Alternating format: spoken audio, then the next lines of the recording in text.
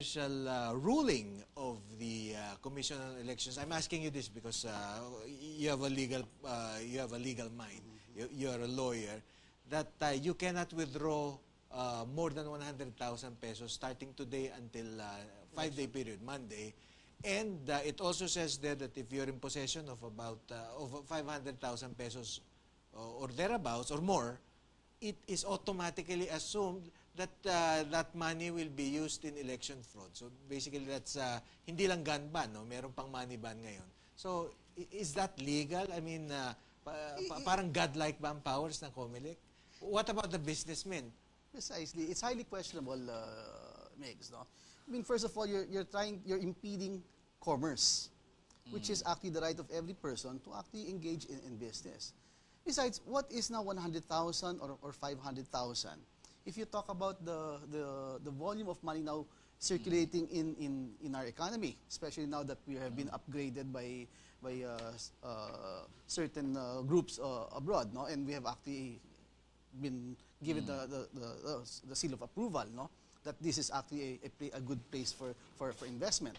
So money will be coming in. Now, so yung isang araw, malaking bagay yun for business. I mean, business doesn't stop just because... It will not take a breather just for that. Just because of the elections of a relatively small economy.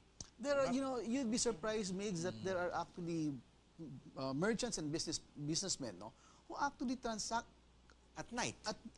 Each day in cash. Yes. And these are not, we're not talking about shady these are not talking about shady businesses. No? These are legitimate businesses. So you are now actually holding them responsible and liable for doing their business. So that's guilty. You are presumed guilty. I mean, that's the word. Precisely. It's unconstitutional.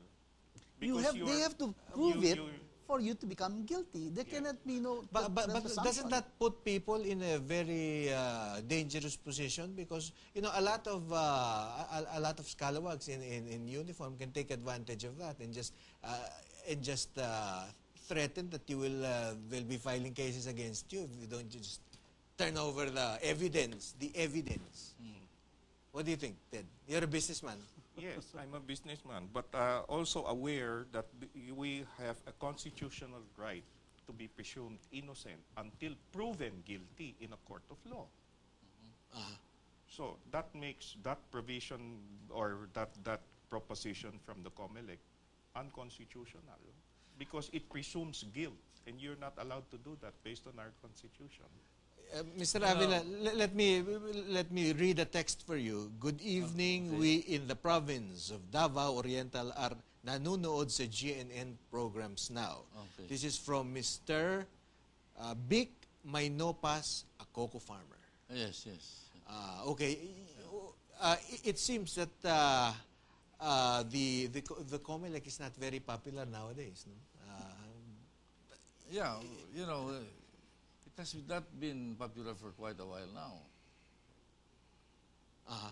Here you're talking about the money ban. I mean, it's a very good example of how unintelligent the policies they're promulgating.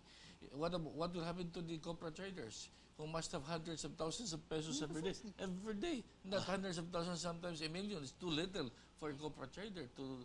So I guess you have a lot of decision making by lawyers and not businessmen. No? Yes. Which, good PM, tanong ko lang sa mga BCTA nyo, bakit sobra baba presyo copras dito sa amin? 10 pesos lang per kilo, ano pwede nila magawa? Yeah. Dante Robles of Rizal, Palawan. Okay, yes. Binabati natin yung ating mga viewers from Palawan. Tama yun. Kasi hindi nagbabago yung sistema where we have become price takers, never price setters. The price for CNO for copra is set abroad. And kahaba-haba ng prosesyon dito sa Pilipinas, tungo yan sa Rotterdam or sa New Jersey. We don't have terminals here in the Philippines where we can have in the value chain a lot of value adding to be done here. Let's say, contrast it with Malaysia, when Dr. Mahathir, in imitation of what he said, in imitation of Carlos Polistico Garcia, national industrialization, he did a lot to make sure that nothing left Malaysia that did not have the value adding done first in Malaysia. That is not the case yet here now. So that's why our party list, COCOFED, has a legislative agenda that focuses on the re-engineering, redesigning of the whole industry, such that this bad for the farmers. You know, where they always are at the bad end of the line, because when the end user dictates to the middleman the price, whether it goes up or down, the middleman does not complain too much because escalera yan eh. Tumaas man o bumaba man, 5-5, 10-10, kikita siya.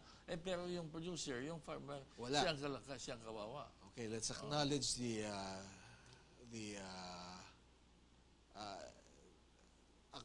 texter by the name of Join. Parang I am Join yata to, pero wala namang question. I guess nagpaparamdam lang nanonood sila. Anyway, thank you for tuning in. Sir, kayo party list organization. So, Yes. how are you set apart from a lot of the other siguro yung mga tao nagma-masquerade as political leaders? No, ano ang inyong magiging bills, ano yung magiging thrust nyo kung kayo'y pala rin at mailuklok? We will be quite busy because 3 of the national coconut farmers organizations confederated and used the COCOFED party list as their political vehicle. You can contrast that with private, family-owned party list. That's quite a phenomenon. Where, Yes. let us say, in one province, somebody will want to put up a party list, puts his daughter as first nominee, his son as the second nominee, his daughter as the third nominee, and then knows how much votes they can buy, and try to see whether, if even just for one of them to get in, hoping they would have 70 million a year from pork barrel. That's about 210 million during the term. The next time they go and try to run again, they've got quite a good chunk of capital for buying more votes. In short, we have to acknowledge that outside of people's movements, the phenomenon of elections in this country is still money, and money. Money-driven. So, That's can something be done about that from the legislative end? I mean, that's what they're there for, no? a lot, because a lot can be done from the legislative, and that is affirmative in its nature. We have to have programs that will really lift up. And doesn't the system lend itself to the designs of a lot of legislators? I mean, why change the system if they're nakikinabang doon sa system na yun? Yes, because in fact that is the case. So many those who are in Congress have come from that part of society that are just big landowners or people who don't have to do anything much more except make a big business of being in Congress in the first place. That has to be acknowledged. That is quite seen by the people. And the people, they not only are open to the phenomenon of vote buying, but also vote selling. Worse than vote buying, because many people are also actively selling their votes. This is the problem. Walang excuse nila. Siguradong pera na. Siguradong 500, siguradong 1,000. Mahirap sila. So kako, Pero ang hindi we nila have to naisip, pinagbabayaran din nila yun eh. Yes, if you divide that every year, the politician that has bought them up, if you go into the strict pricing mechanism there, that's only a few cents per day that was given to them. Lugi-lugi sila dyan. So it's only when you got people's organizations, enlightened ones, that can group together that you can probably have hope that we can change the system more methodically. Now, if in the party list system, precisely, we are biased against people's organizations and go for private party list groups owned by families. And you have a lot of that. You have a lot of that. I mean, you go into those are the party list groups that can easily be accredited. Once you go into the people's organizations-based party list, they sometimes have a hard time being accredited. And even COCOFED was disqualified at the start, and then qualified again, and disqualified again, and qualified. Although it has been And what, they have the 4 times, 5 times that we have had a congressman. Can they not make up their mind? Huh? and yet the LPG dealers and a lot of Yeah. the groups, no. Anyway, This is really something. okay. Before we wrap up, Teddy, you also enjoy a following in certain circles na puro mga botante kayo and you guys are anti-crime advocates. Your advice siguro, your parting shots to your members, to the voters out there who want less crime. Well,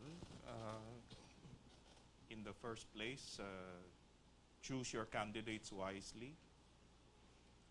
Cast your votes because they do count, much as we would doubt whether it actually makes a difference.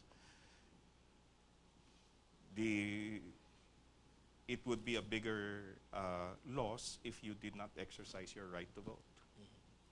Okay. Attorney Judo, you seem to be disenchanted. You mentioned that you don't have 12 names to put in the ballot. Yeah, for Your senators, parting shot and as an anti-crime advocate, as a lawyer. I agree the with viewers. what Teddy said. No, you have to choose actually the candidates that you will vote for. No, vote for the ones who you think will actually help, not because you will gain from money that they will give you, but rather because of what you think is good for your community, for the city, and for the country, and for the Filipino people. Especially when you talk about senators. Is it high time that the civil society become more vociferous? Because dito nasusunod yung mga maiingay. Tingnan nyo yung left. Kayo, of course, hindi kayo left. Pero you have your story to tell. You have a message to put out there. Precisely. We have to, it's about time that we also come out from our shell and start voicing out what we think or what we feel is actually good for the country and for the greater majority. Whether it is actually for the poor or for that will benefit the rich, it is actually for the country. We have to look at the country. To me, right now, what I think is failing is nationalism and patriotism. We are actually throwing ourselves to anybody and everybody for a few pesos or for money. But we fail to see that we are actually all Filipinos and we should actually be working for the greater good of the Filipino people and of the country. Between the Filipino people and the country, I think it is the country. So less crime. Your parting shot, sir, siguro naman more jobs in agriculture. Definitely. But I just wanted to say that if he has not made up his mind yet on 12 people in the list, actually if he votes for one, he gives 12 votes to that one that he is voting for. If you vote for two, then you've got 6 votes. That is the way it would go because it's 1 against 12 or 2 against 6. In the case of COCOFED, I just want to tell our friends, our people, that we want to thank them. The campaign is almost over. And there have been all kinds of rumors that we are not qualified, we were disqualified. The votes, the PICOS, the some official ballots are out, it has our name. And there's been no resolution, not anymore, in the COMELEC that, again, changed his mind. So tuloy na tuloy. Tuloy na tuloy. Okay. We hope tonight's show gave you a clearer picture of politics Filipino style. And hopefully, you'll make wiser and more sober decisions come election day, which is Monday. I'm your host, Miguel Hill. Have a pleasant evening.